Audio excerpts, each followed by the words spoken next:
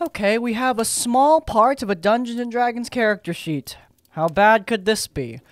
Claw attack 2 times with attack bonus +5, 1d8 +4 damage, bite attack +9, 1d6 +4 piercing, +3d6 necrotic damage, light crossbow +1 with 1d8 +1 damage, and can use a claw attack and also use a grapple attack on top of it.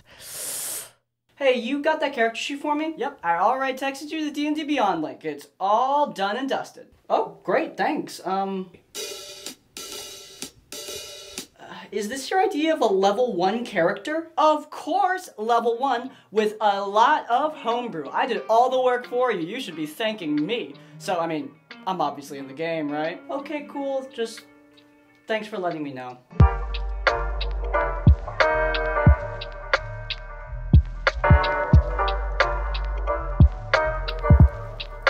The story happened a handful of years back when I was in high school and was just starting to get into D&D properly.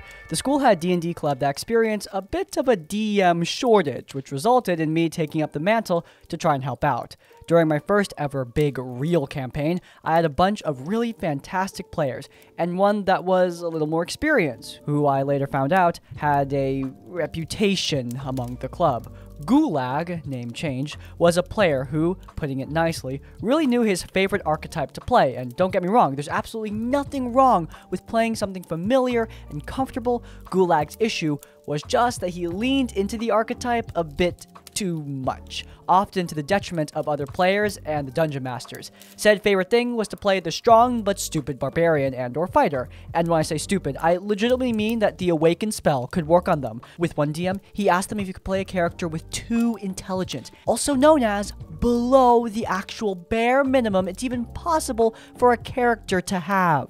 Like I said, he kinda had a reputation for playing exclusively characters like this with little to no variation, the exact same personality, and often riding on the exact same jokes here and there, which, good God, it got incredibly tiring for me and the other DMs of the club to deal with this on top of his other issues. Now, alright, he's annoying, but not awful per se, but that's the foundation for this trash pyramid. Gulag had a little bit of an ego to him. In my own campaign, after basically every single fight, he'd brag about how I won that entire fight for us, or you would have died without my help. All because he occasionally used the interception fighting style.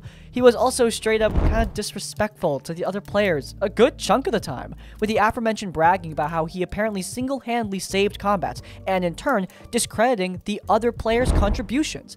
But the absolute worst case scenario was when one of the other players was kind enough to cover for me for a session, running a quick side quest for the other players. It was a dungeon of some kind from what I heard.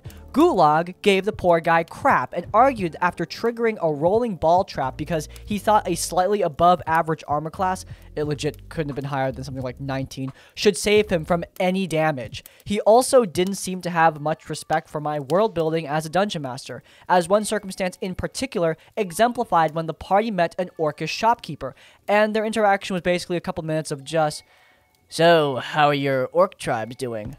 Those don't really exist in this world. "So, shopkeeper, what tribe did you come from?" Oh, sorry, sir, I have no idea what you're talking about." And this continued on. Gulag additionally had an issue of treating quirky XD random stuff as more important than the actual plot and the rest of his party. There were several times in my campaign where, while the party was working towards an actual goal or preparing for a quest of some kind, Gulag would be off cutting down random trees away from everyone else, or something random and unrelated to everything else. But as soon as combat began, he would just suddenly gain both a telepathic message telling him that combat was happening and super speed to show up right as the fight was about to begin. I should have shut this down, just told him no, but I was a very, very, very shy person. Everything came to a head with my first ever boss fight. So, because of plot stuff, the party was going to start fighting several weakened versions of my world's homebrew god pantheon, which themselves were a massive project I spent a lot of time working on. And first up was Great, now we're doing homebrew gods I can't pronounce. Look, she's the goddess of intelligence and all things magic related. I spent the full week between sessions planning out a grand and interesting boss fight, at least as much as possible, with her as a fairly powerful spellcaster and using spells that would give them a run for their money without completely making it one-sided or unfun, making my own custom map for it, complete with coloring in every detail, adding in a bunch of structures and objects throughout for them to potentially use, and even a second phase of sorts, where she'd make illusionary clones of herself to make it look like she was among them, but really she had turned invisible, with clues so the players could feel smart, and also planting glyphs of warding with spells all over the map as hazards, etc., etc. Overall, I was legitimately incredibly proud of the fight, and as excited as I could be for the session itself. Come time for the party to actually fight against this goddess, and it was going fairly well. They were being put on the ropes for a good bit of it, it was going at a good pace, they even got around to the second phase, and they had a really cool moment of figuring out her invisibility trick, with the party sorcerer using a spell to take a nearby burning house's flames and getting rid of all the illusionary clones. Sadly, one of the players had to leave midway through, but at the rate things were going, it would be a speed bump, not a roadblock. Then Gulag saw the perfect opportunity for a Quirky XD I'm so dumb moment. So on the battle map, there was this broken down but still mostly usable fountain in the middle back bit of the arena. Gulag asked about it come his turn, so I clarified that it was indeed a fountain. For his turn, he decides to just go play in the fountain in the middle of combat, running right past the boss, not even doing so much as to take the dodge action. I'll be honest, this single-handedly kind of killed a lot of my interest for the fight, as he did this for several turns, and considering it was now a 2v1 stationary caster fight, again, I was a new DM and didn't know how to encourage movement and whatnot, the remaining players actually doing stuff weren't having much fun either. I decided to cut the boss down to really low health and just get it done and over with. What happened next is a moment that, in retrospect, makes me legitimately angry, and was also one I should have handled much better. When it came time for the finishing blow, it was Gulag's turn, and now he decides to stop playing in the fountain, and now go to attack! I should have just told him no, put my foot down and told him if he wasn't going to engage in the rest of the entire fight, he sure as hell wasn't going to get the last hit. But I didn't say anything, probably because I honestly was just too out of it at that point to care. But I just let him get the final hit, and voila! Fight was done. I'm dead serious when I say the sheer extent of how much that fight failed just legitimately depressed me, and I didn't show for next week's session because I needed a break to recuperate. Gulag did not get much better after that either. He stuck with the plot more because there was less opportunities to go do quirky XD random stuff, but the other issues, they stayed the same. Eventually, though, he stopped showing up to sessions because he had some IRL stuff come up, and the rest of the campaign was fairly smooth sailing, but I'll be damned if that goddess fight doesn't stick out in my head to this day. We've read about so much straight-up horror. This is something that a lot more people are going to experience. Someone who's not necessarily horrifying, but just annoying. Extremely annoying. Somebody who really wants to do their own thing and not participate in the cooperative nature of the TTRPG that they're playing. At the core of it, most of these games, the most popular ones at least, think your Pathfinders, your Dungeons and Dragons.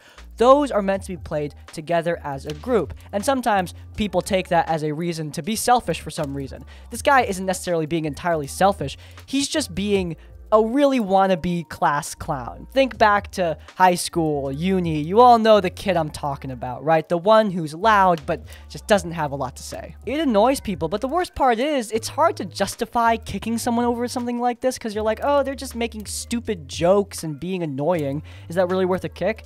And in my opinion, kinda, yeah, it is. I mean, it doesn't matter if it's small. Small things build up. I mean, you can give him a second chance, but if he's not improving, if he continues to just do random stuff for the sake of gaining attention, then yeah, you're justified in getting rid of someone. The reason for these games is fun, and if it's ruining your fun, it's gotta go.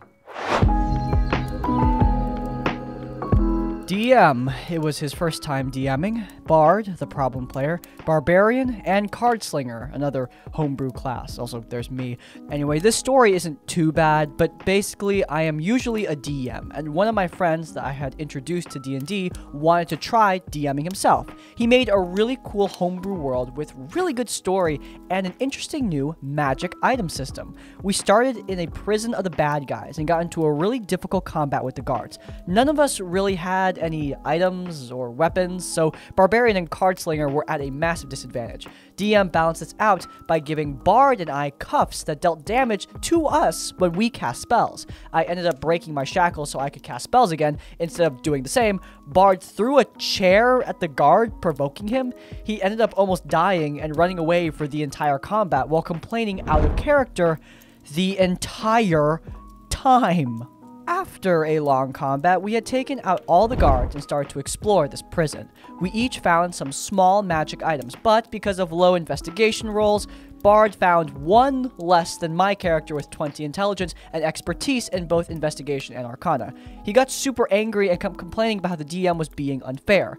After we escaped, we met an important NPC who gave us a quest. We went to a nearby town where we found a magic item shop. I had some money and decided to buy Cardslinger a magic item that was in a previous game that I played.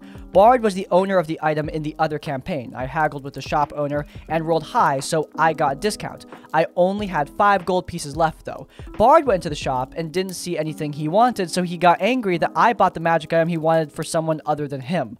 Later, we went to the hideouts of the bad guys. We took care of some bad guys and found a really cool library that my character loved. We all found some really powerful magic items, and the one Bard got was a really cool sword that was obviously cursed. He didn't care, but got upset when he failed the wisdom save to resist the curse and took some damage. After the session ended, he said he didn't want to play anymore and quit the game. Throughout all of this, he was metagaming about things his character would not know and just generally being whiny and complaining all the time. And oh, by the way, he had the second most magic items of the entire party.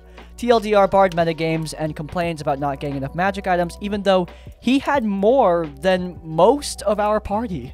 At first, I was kind of sympathizing with the Bard. You know, giving someone a cursed magic item when they're complaining about magic items isn't a great way to de-escalate the situation. However, the reveal that the guy had more magic items than most of the party makes this whole thing really stupid. He seems like a loot hog, you know, mind if I roll need? The cooperative element of D&D is going to come up a lot in these videos, and while I understand the frustration around not getting the magic items you want, sometimes you're not going to get what you want, and sometimes other people are going to get what they want before you. It's going to happen eventually, and eventually it's going to happen where you get what you want, someone else doesn't get what they want, and you got to just move on, because remember, you're a team playing a cooperative game. You're not competing against each other for loot. The party consists of me playing a wizard/warlock, sorceress, cleric, who is sorcerer's significant other, formerly playing a rogue who died, ranger/druid, paladin, and the dungeon master. I am the longtime player of this campaign, with the others having joined in later. The paladin having played 2 characters before his current character, and the cleric having played 1 before his current character. My character is a Yuan-Ti, raised by a secretive religion in the DM's world, seeking to protect the common people and keep balance in the world from the shadows. And while my character is not evil, he is very closed off to revealing personal details about his home, past, and religion. Recently, we vanquished a greater vampire lord in the area, a sorely needed win for our group lately since we were struggling with group cohesion, the DM having issues giving us wins without either strings attached or a 1 step forward, 2 steps back kind of thing. Is a story for a whole nother time. But anyway, upon returning to our camp to recover and discuss our next moves with our NPC buddies, a couple of bandits break in and kidnap the prince of a nearby nation we've run into a couple of times. Now, setting up for the next arc is fine, but we really needed this prince NPC because he was actively going to back sorcerer's claim to their home country's throne, which was recently overtaken by their childhood best friend. After the kidnapping, sorceress went into a mental breakdown in rage, in character, out of frustration to the situation. But to clarify, this was strictly in character. Paladin, who is notorious for being bratty and confrontational in character and out of character, attempts to speak to Sorcerer while the rest of the party strategize a rescue mission inside the camp. In the few minutes that they chatted, Sorcerer threatens Paladin's character's life out of a burst of frustration and pent-up rage, which they quickly retracted and apologized to the Paladin. Upon returning to the tent and seeing Sorcerer in a great deal of frustration and rage, my wizard casts Suggestion on them in a whisper, which the Sorcerer's player loves out of game, though the other players do not know what was said. The conditions set for the Suggestion spell were to come together and work as a proper party with the group so we can save the prince. Upon noticing the change, the entire rest of the party gets suspicious and hostile towards my character. For those of you not familiar, Suggestion is basically an 8-hour concentration spell that forces the target to perform the suggestion if they fail to save, and don't know that it happened even after the spell ends, a spell I or my character did not see as evil or hostile in this case. The party, on the other hand, was calling me out as a snake on his villain arc. I am a lawful neutral, Yanti? And I showed my religion's true colors by doing this. I drop the spell. The sorcerer goes into another frustrated rage, albeit briefly, with my character being berated and called out by the entire rest of the party with in-character racism, religious insults, and so on, with them cheering each other out of game. The worst part of all this, the DM is nowhere to be seen or heard from, not intervening at all, as he rarely pays attention outside of just running the game. So I'm left alone trying to deal with all of this. Yeah, because we've never seen that from a DM before. In a bout of frustration, I try and let the party know I am not okay with what is going on, and turn off Discord notifications to try and get my head straight. Sorcerer and Cleric reach out to me, to which I reiterate that the whole situation was not okay. I was just trying to help, and I might re-roll or leave just to save everyone the headache. Next session is coming up in a few days, and I am lost on what to do. I'm figuring out a way to talk about this, re-roll a new character, or maybe I should just leave the game. I never intend to hurt anyone in or out of game, and I'm not sure if they'll trust me or this character again. Am I? Alright, this is kind of a complicated situation, so bear with me. Drumroll, please. Not the... Okay, there are two factors at play here. Number one, mind control effects on other player characters. There are some groups that are not going to allow this. However, this group doesn't seem to be one of them, as out of character, one of the players, in fact the player that was the subject of the mind control, seemed to be all for it. So, that doesn't seem to be a factor here, though do keep in mind that some groups aren't going to love mind control used on other player characters. Now, factor number two, and this is way more important, in-character versus out-of-character anger.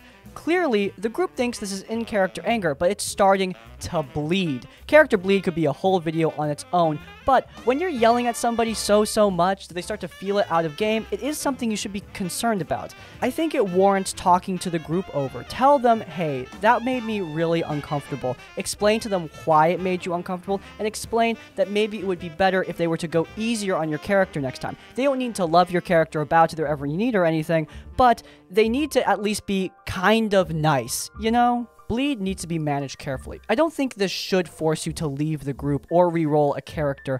However, it does warrant talking about, and depending on how that conversation goes, you might need to take more extreme steps later on. But have the conversation first. Who knows? It might all work out. So, a fellow player of one of the campaigns I'm in is quite the character. First of all, he's in college. From interacting with him, you can tell he's immensely sheltered. Scrawny guy with a literal neckbeard that has a 4:30 p.m. curfew. Definitely incredibly socially inexperienced. Eats the mayo sandwiches his mom made him kind of thing. He gets upset when he describes himself as crazy and you say, dude, you're not crazy, because he's desperate for crazy to be his persona.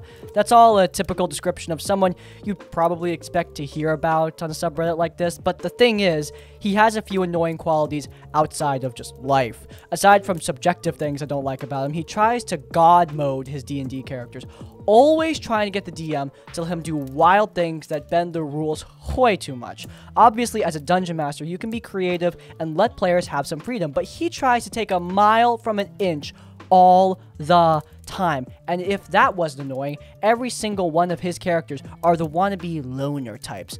Yeah, the party can go on. I'm gonna stay where I am and just ignore them. Stuff starts to get hairy. Actually, my character decides to go with the group now. We have tried telling him off about these behaviors, but he just dismisses it and ignores people who try and tell him otherwise. Okay, so he's not a great person to play with, and eventually we should kick him out, but here's where it becomes a horror story. In our second campaign, he designed this character who is crazy. He rolls sanity checks whenever he feels like he wants to see a hallucination of two girls who are very pretty and totally like him, who are super smart and kind and still tough. Little yikes. He talked the DM into letting him have a passive 15 feet of true sight on the condition he has to convince people of the things he sees. He designed an entire backstory for these hallucinations, which are based on characters in his past. Sounds like it might be pretty creative, right? Well, try actually reading it yourself. Okay, fine. That was cringy. He made an entire character sheet for these hallucinations, expecting the DM to try and use them and incorporate them as NPCs somehow, which is just an absurd thing to assume they would do without even asking. And on top of that, these characters, well, they feel like an absolute incel fantasy, with the typical, I'm completely unattractive in real life with no redeeming qualities, but my hot anime waifu still love me, XD. Our DM is starting to get fed up with him doing whatever he wants and wanting him to make this insanity mechanic have a real impact on the game instead of just being a dumb thing he's trying to do. Honestly, I think at the end of the day, the guy just needs to go on a date, so any takers? As the great Sir Braun of the Blackwater once said. You think dipping his wick will cure what ails him? There's no cure for being a c***. But anyway, with that wonderful wisdom, guess what? This isn't done. Eyes up, we got part 2. Lately, this guy, character named Insanity Jack, has been awful to play with. A complete wannabe loner type, scuffing off the party to go do whatever he wants to do. He keeps trying to go god mode with his weird character, keeps saying, actually, my character did something that I didn't bother to announce. Keeps making up things for his character the DM absolutely never signed off on, and gets snappy with the DM when he corrects him about it. So the thing is, he chose to play in our game with this absolute loner character that has an insanity mechanic where if he makes a low intelligence roll, he hallucinates 2 anime waifus who are super cool and really like him. If he rolls low enough, he will start swinging at whatever is nearby. This is the DM's first time dealing with DMing, and unfortunately has confrontational anxiety, so tried his damnedest to make this work. It was at the point he was getting stressed out planning sessions around this nonsense. Last night, this jerkish guy with his stupid character and stupid mechanic roll a low sanity check and swings randomly at me of all people. So this guy, who in our campaign has literally not once presented himself as a friend to any of us and actively shuns us and goes off to do his own thing, suddenly presents himself as a threat to the fighter, barbarian, berserker who is currently raging me. It didn't go well. I did 40 of this guy's 52 max health. He had several chances to give up this crap. I was like, okay, now that I see Jack is actually just swinging wildly, since he attacked a zombie wildly next round, I'm not gonna kill him, I say. The DM asks if he wants to keep this up, and he says yes. Next round, he misses me again, and since I'm fed up IRL and my character definitely thinks he's a threat, I kill the crap out of him even after his relentless endurance. Meanwhile, even before this, he's acting like all of this is okay and has been snappy and ignoring our dungeon master whenever he asks him to make rolls or anything. He fails his death saves and dies. After we wrap the game, right after this, everyone is a little on edge because, you know, I just murdered the character. Jack has the nerve to say, so, is Jack dead? Sounding so disappointed, and we all say, yep, he's dead. Well, it was fun while it lasted. I lost my cool at this and ranted at him for about a minute before he ran off the Discord call. This guy who plays like a jerk, disrespects all of us, plays this toxic character, screwing up the fun for everyone else with this stupid mechanic that just makes everyone hate him with absolutely no redeeming qualities. Why was that fun to you? You have the nerve to say that? My rant pretty much went like, no, this has not been fun. We all took some time after that to all let loose with each other about how this nonsense made us feel. The DM has been complaining about this guy, but it wasn't so bad until specifically this session. We gave him so many chances, but he just dismissed our advice to play like a jerk. Either way, we banned him pretty much immediately because we were all tired of dealing with him. I saw all the comments from, you know, my post before. It wasn't a new idea for us to want to boot him at some point, but the opportunity presented itself, so good riddance. TLDR, creepy guy in our party who has no idea what he's doing, disrespects our party, and says he has fun playing a jerk, unfriendly character who no one likes. I lose it at the statement and flamed him until he left. He's gone for good now. Now, like I say many times, you should probably avoid losing your cool, though sometimes it is unavoidable because of past circumstances, and here the circumstance is this. This guy was allowed to fester in the group, and even if some of these issues weren't huge deals at first, they became bigger as time went on, and it resulted in bad blood being boiled and people freaking out. This is why you need to get rid of problem players as early as you can. I'm all for giving people second chances, but third, fourth, fifth, you're going too far, especially if throughout all those chances you're getting angrier and angrier. That is a sign that this is not going to end well. Now here, this whole explosion didn't result in anything horrible. It resulted in the bad guy of the story walking in the other direction. Great, good, but there are easier ways to handle stuff like this, simpler ways to get rid of problem players that result in way less hurt feelings. This guy played selfishly, and like we've said throughout this entire video, selfish play should not be encouraged in a cooperative environment. Alright, and that's going to be it for today's episode of RPG Horror Stories. If you guys enjoyed, then please leave a like. If you want to see more of our content, then you can check out our Tabletop Tavern Tip series, where we go over some D&D advice for both DMs and players, old and new, and while you're there in the cards, subscribe to Crispy's Tavern to get more of our content as it comes out. And finally, if you want to leave your own stories or thoughts, go down in the comments down below. You're not crazy, dude, to let me know you made it to the end of the video. Hey, by the way, if you want to send your own horror stories, there's an email in the description. Send your tales that way for a chance to be featured in one of these videos. But even if you don't have any stories, in essence, like, comment, subscribe. I'll see you all next time. Farewell.